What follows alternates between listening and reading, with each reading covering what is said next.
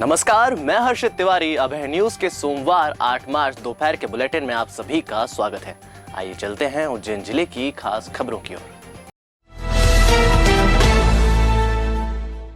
इस बुलेटिन के प्रायोजक है आरके निवास। आरके होम्स एवं आरके क्लब एवेन्यू की अपार सफलता के बाद आरके डेवलपर्स लाए हैं आरके निवास। लॉन्चिंग ऑफर 50,000 का डिस्काउंट प्रत्येक कंफर्म बुकिंग पर। बुकिंग मात्र 19,000 में। प्लॉट 5,76,000 से शुरू, मकान 9,33,000 से शुरू। आरके निवास, एसआर पेट्रोल पंप के सामने, मक्सी रोड, उज्जैन। उज्जैन के इंदौर रोड स्थित त्रिवेणी घाट पर शिप्रा नदी में पिछले कुछ दिनों में हुए धमाकों की जांच शुरू हो गई है। भोपाल से जियोलॉजिकल सर्वे ऑफ इंडिया की 3 सदस्यीय टीम सोमवार सुबह मौके पर पहुंच गई। टीम पानी में हुए धमाकों की जांच करने में जुटी है। टीम में सीनियर जियोलॉजिस्ट और केमिस्ट शामिल हैं। टीम ने पानी के सैंपल इकट्ठे किए हैं। शिप्रा नदी के त्रिवेणी घाट स्थित बने स्टॉप डैम के पास बीते 28 फरवरी को पानी से धमाके की आवाज आई थी। साथ ही धुआं भी निकलता दिखाई दिया था। ये क्षेत्र गोठड़ा गांव में आता है। ग्रामीणों ने धमाकों और धुएं का वीडियो भी बनाया था। कलेक्टर आशीष सिंह ने जीएसआई को पत्र लिखकर जांच कराने की मांग की थी। बताते चले कि इसी घाट पर शनिश्चरी अमावस्या को श्रद्धालुओं की भारी भीड़ जमा होती है। इस साल 13 मार्च को शनिश्चरी अमावस्या है। इस भूगर्भीय घटना को लेकर आसपास के ग्रामीणों में जिज्ञासा बनी है। टीम में शामिल जियोलॉजिस्ट अरुण कुमार ने बताया कि घटना स्थल से तलहटी की गाद और पानी के सैंपल लिए गए हैं। इन सैंपल्स का भोपाल स्थित अत्याधुनिक प्रयोगशाला में परीक्षण किया जाएगा। उसके बाद ही कोई निष्कर्ष निकलेगा। उन्होंने बताया कि 5 मार्च को उज्जैन की पीएचई डिपार्टमेंट ने पानी के जो सैंपल लिए थे उसकी जांच में कुछ भी अप्रत्याशित केमिकल नहीं मिला है। जीएसआई 2 से 3 दिन में अपनी रिपोर्ट प्रशासन को सौंप देगी। अरुण कुमार ने बताया कि 5 मार्च को पीएचई और आज के पानी के सैंपल की जांच करेंगे। हाँ, हम लोग आज मॉर्निंग में ही यहाँ से हम लोग अपना इन्वेस्टिगेशन स्टार्ट किया है। जीएसआई भोपाल से टीम आई है, उसमें केमिस्ट, सीनियर केमिस्ट और जियोलॉजिस्ट की टीम आई है। तो जो यहाँ के लोकल लोगों से, सरपंच साहब से और बाकी जो पीएचई डिपार्टमेंट से जो हमें पता चला है कि 28 को ये यहाँ पे चिंगारियाँ और जो इस टाइप की घटना हुई है, तो उसी का ही जो अंडरग्राउंड साउंड्स आ रही हैं यहाँ पे, तो उसके लिए अभी हम लोगों ने जो बात की यहाँ पे, जो डिस्कशन हुआ है उन लोगों से, तो 28 के बाद 5th और 8th को ये फिर से देखा गया। और जो पीएचई डिपार्टमेंट ने जो 5th को एक जो सैंपल कलेक्ट किया था, तो जो लोगों ने यहाँ बताया कि जिस टाइप की जो चिंगारियाँ आई और जो धुआं निकला, तो वही हम लोग देख रहे थे किस टाइप का वो था, उसमें क्या फ्लूम्स था, कि कैसा उस टाइम उसकी स्मेल थी। तो उसी से हम लोग देख रहे हैं। साथ में हम लोगों ने ये सैंपल, सेडिमेंट सैंपल्स और वाटर सैंपल्स कलेक्ट किए हैं। तो उससे हम लोग अपना जो इन्वेस्टिगेशन करेंगे अपनी लैब में, जीएसआई भोपाल में, उसके बाद ही हम लोग किसी निष्कर्ष पे पहुंचेंगे कि क्या हुआ है। अदरवाइज जो 5th को जो सैंपल कलेक्ट किया गया था, उसमें जो बात की है पीएचई डिपार्टमेंट से, वो बोल रहे ऐसा कुछ भी नहीं पाया गया है। सिंपल मतलब ऐसा कोई केमिकल नहीं मिला है।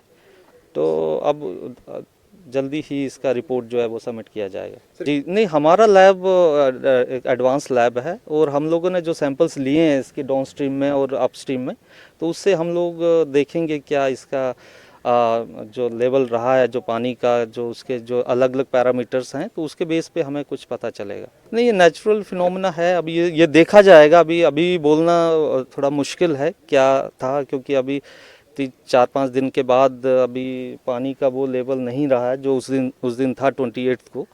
तो फिर भी सैंपल लिया गया है पीएचई डिपार्टमेंट से, तो हम लोग कंपेयर करेंगे कि आज की डेट में और उस दिन जो वाटर में क्या केमिकल्स थे, और उसके बेसिस पे हम लोग, और जियोलॉजिकली हम लोगों ने कुछ सेडिमेंट सैंपल्स लिए हैं, तो वो उसके बेसिस पे हम लोग इसको।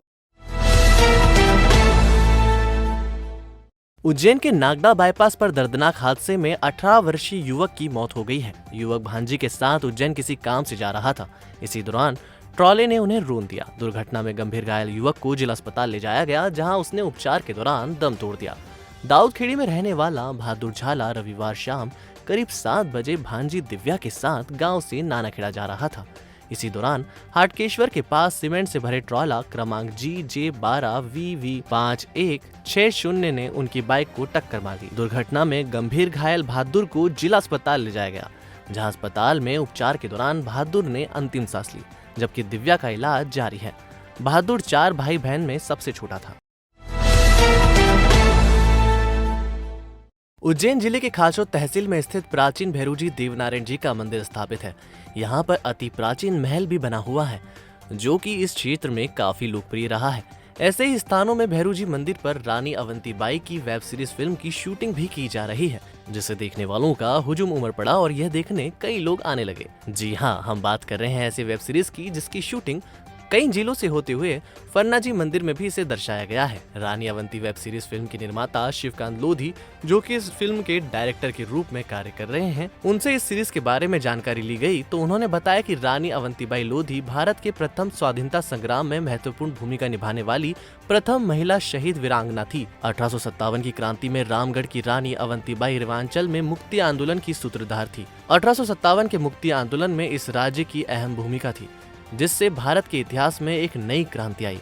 इस सीरीज में रानी अवंतीबाई का किरदार उज्जैन के कुछ लोधी राजपूत द्वारा निभाया गया है। मीडिया द्वारा चर्चा की तो आज रानी अवंतीबाई द्वारा एक महंत द्वारा महिला के अपहरण करने पर महंत को मृत्यु दंड देने वाला प्रमुख सीन की शूटिंग की गई। महिलाओं को निडरता और निर्भीक होने का संदेश दिया गया और कहा कि फरनाजी मंदिर भी बहुत ही सुंदर स्थान है और यह एक प्राचीन देव स्थान होते हुए एक प्राचीन धरोहर भी है, लेकिन यहाँ पर सौंदर्यीकरण की कमी है।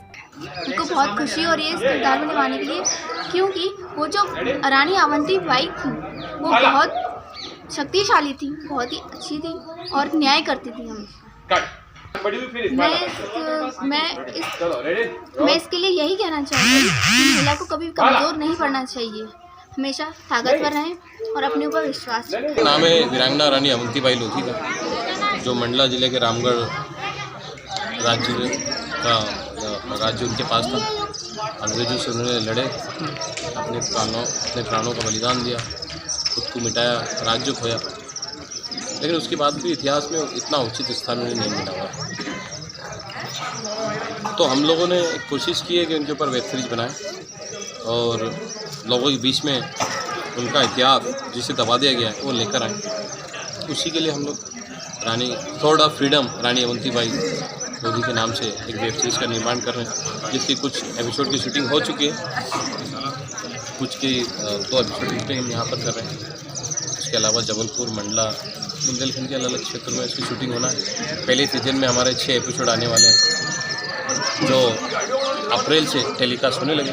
डीजी सिनेमाज नाम से एक ऐप का हम लोगों ने निर्माण किया, जिस पर हम इसी तरीके के किरदारों के ऊपर फिल्म लेके आएंगे, जिनका हमारे भारत में हमें यहाँ तक पहुँचाने में कहीं ना कहीं बड़ा योगदान है। मार्च के पहले सप्ताह में दिन के साथ रात के तापमान में भी बढ़ोतरी होने लगी है। 24 घंटे में रात का तापमान 3 डिग्री बढ़ा है। हालांकि दिन के तापमान में मामूली गिरावट दर्ज की गई है। शासकीय जीवाजी वेधशाला से मिली जानकारी के अनुसार रविवार को अधिकतम तापमान 35 डिग्री 5 दशमलव और न्यूनतम तापमान 14.5 डिग्री दर्ज किया गया, जबकि शनिवार को अधिकतम तापमान 36 और न्यूनतम तापमान 11.8 डिग्री दर्ज किया था। ऐसे ही सोमवार को न्यूनतम तापमान 14 डिग्री दर्ज किया गया है। तापमान बढ़ने का दौर 3 मार्च से शुरू हो गया था। उसके बाद से पारा लगातार 35 डिग्री या उससे ऊपर पहुंच रहा है। मौसम विभाग के अनुसार सर्दी का दायरा अल सुबह और रात तक सिमट कर रह गया है। दिन में तेज धूप से सामना हो रहा है। तो आपने देखी उज्जैन जिले की खास खबरें। आपको हमारा बुलेटिन कैसा लगा, इसका फीडबैक कमेंट सेक्शन में जरूर दीजिएगा। कल फिर मिलेंगे इसी समय पर। नमस्कार।